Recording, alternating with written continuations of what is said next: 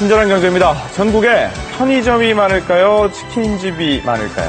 잘 모르겠네요. 거의 비슷할 것 같은데요. 그죠? 근데 치킨집이요, 이 편의점의 한 2배 정도 많다고 그 정도였어요? 얼마나 많은지 대충 예상이 가르치실 텐데 네. 그만큼 더 많이 생기기도 하고 없어지기도 하거든요. 많은 사람들이 자영업 시작할 때 가장 많이 선택하는 종목이라는 얘기인데, 그래서 정부가 요거 치킨집 열면 얼마나 벌 수 있는지 조사했다면서요. 네, 이 그 많은 치킨집 사장님 중에 70%가 40대, 50대입니다. 그래서 가장 먼저 자영업할 때 손대는 업종 중에 하나인데 처음 문 열 때 돈이 얼마가 들고 그래서 얼마를 벌 수가 있는지 이걸 모르고 시작하는 경우가 굉장히 많잖아요. 그렇죠. 정부가 나서가지고 어느 체인점이 평균 얼마를 벌고 뭐 얼마를 쓸 수 있는지 이런 걸 이제 체크를 해본 거죠. 야, 이거 치킨집 준비하시는 분들은 이거 도움 될 것 그렇죠. 같은데. 자, 그래서 실제로 치킨집을 열면 얼마나 벌 수 있다나요? 궁금합니다. 천차만별인데 평균적으로 정부 얘기는 한 월 한 300만 원 정도로 계산이 나옵니다. 그래요? 근데 많은 돈을 투자해서 밤낮 없이 가족들하고 같이 일하는 거 치면은 이게 많다고 좀 하기는 어려운 그러네요. 상황이에요. 좀 적은 것 같아요. 그러니까요. 처음부터 살펴보면 대형 치킨 프랜차이즈 15곳을 쭉 뽑아봤는데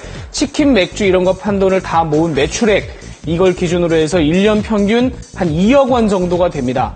야, 1년에 2억 원을 벌면은 꽤 큰 돈 같은데 들어가는 돈이 또 굉장히 많아요. 일단 본사에 들어가는 게 처음 프랜차이즈 열 때 1,200만 원 정도 가맹비라는 게 들어가고 인테리어 비용도 저게 최대인데 평균은 한 1억 원 정도 든다고 보시면 됩니다. 그리고 닭을 본사에서 다 사와야 돼요. 한 마리에 보통 5,000원 넘거든요. 여기에 광고비까지 해서 일단 매출의 3분의 1은 본사로 가고요. 나머지 인건비, 임대료 이런 게 별도입니다. 그래서 연 만약에 2억 원어치를 파는데 실제로 남는 돈은 6분의 1 정도. 연봉으로 한 3, 4천 정도 된다는 게 정부 추산이고 실제로 치킨집 하시는 분들은 그것도 안 된다. 매출 10% 정도 이렇게까지 얘기도 합니다. 그래요. 예를 들면 1,500만 원 뭐 이렇게 해갖고 대박이 난다, 뭐 인생 역전할 수 있다, 뭐 그런 광고도 많이 하고 그러는데 초기 비용 이런 거 다 해서 그건 스스로 계산을 해야죠. 그래서 스스로 계산하시려면 이번 자료는 이제 공정거래위원회에 현재 가면 보도자료란에 이게 올라 그래요? 있거든요. 보시면 이제 분석이 가능하고 뭐 앞으로 조만간에 커피 전문점, 빵집, 편의점 이런 데도 이렇게 비교 정보를 만들어서 발표를 하겠다니까 좀 도움이 될 것 같습니다. 자영업 준비하시는 분들한테 참 도움이 많이 될 것 같습니다.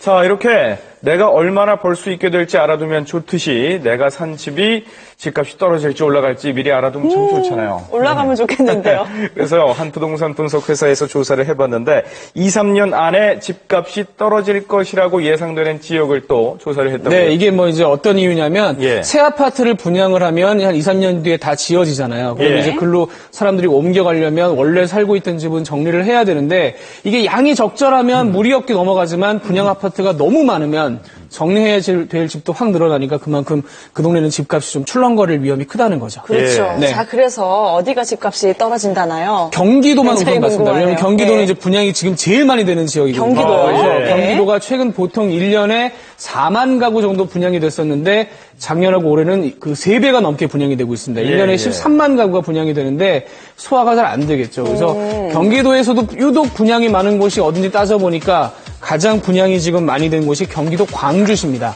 12배가 늘었어요, 평소보다. 자, 말하자면 이제 12년치 물량을 1년에 분양했다는 거니까 그게 쉽지가 않겠죠. 그 다음에 용인이 4.5배, 보시는 것처럼 파주, 화성, 부천도 3배 안팎인데, 그래서 이 부동산 분석회사 얘기는 이 동네 집들은 2, 3년 뒤에 실제로 입주에 들어가면 분양이 안 된 집이 있을 수도 있고요.